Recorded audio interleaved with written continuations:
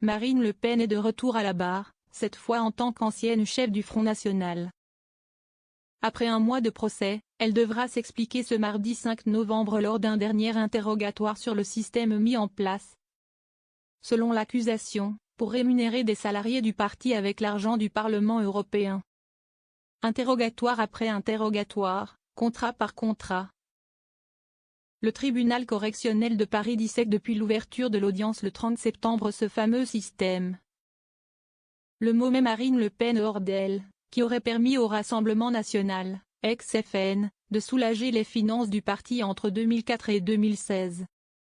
Selon l'accusation, le FN utilisait les enveloppes, 21 000 € par mois, auxquelles les eurodéputés avaient le droit, pour payer des assistants parlementaires fictifs travaillant en réalité pour le parti. Une des principales responsables du système. Pendant son premier interrogatoire mi-octobre, Marine Le Pen a juré que les assistants parlementaires qu'elle avait embauchés en tant que députée européenne avaient bien travaillé pour elle, répétant n'avoir rien commis d'illégal, comme les 8 autres ex-eurodéputés frontistes et 12 de leurs assistants parlementaires, jugés à ses côtés pour détournement de fonds publics et recel de ce délit. La triple candidate à la présidentielle va désormais être interrogée sous sa deuxième casquette, présidente du parti, dont elle avait pris la tête après son père Jean-Marie Le Pen en 2011, pour répondre cette fois de complicité de détournement de fonds publics. Celle qui était l'une des principales responsables du système, selon les enquêteurs, a pour l'heure soutenu à la barre avoir suggéré, mais jamais imposé, d'assistants parlementaires à personne. De loin la plus assidue aux audiences, elle y était jusqu'à 22h45 lundi soir. Marine Le Pen n'y ronge son frein, commentant de ridicule. Lunaire les questions du tribunal ou du parquet à chacun des prévenus sur ces tableaux ou mailles demandant de déplacer. Transférer tel assistant parlementaire sur tel eurodéputé, pour vider les fonds disponibles sur les enveloppes de chaque député. Moi, j'analyse un budget, je ne sais pas qui sont les assistants parlementaires et ce qu'ils font.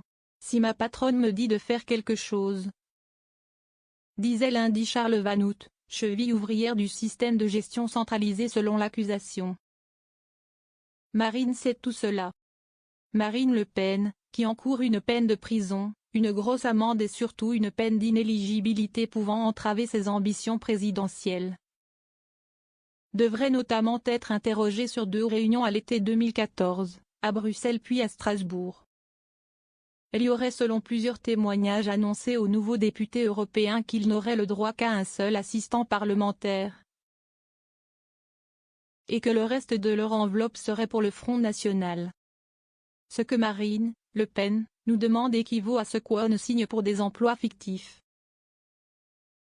Et si est-il le député qui est responsable pénalement sur ces deniers même si est-il le parti qui en est bénéficiaire? Écrivait peu après un eurodéputé réfractaire au trésorier du parti, Valorant de Saint-Just. Je comprends les raisons de Marine, mais on va se faire allumer car on regardera, si est sûr, nos utilisations à la loupe avec un groupe si important, 23 députés contre 3 auparavant, disait-il aussi. Je crois bien que Marine sait tout cela, avait répondu Valorant de Saint-Just, qui a commencé à être interrogé lundi soir, et dont l'interrogatoire doit se poursuivre mardi, avant celui de Marine Le Pen. Jamais Marine Le Pen n'aurait proposé quelque chose d'illégal. Quelles sont vos observations sur ce mail? Lui a demandé lundi la présidente Bénédicte de Pertuis.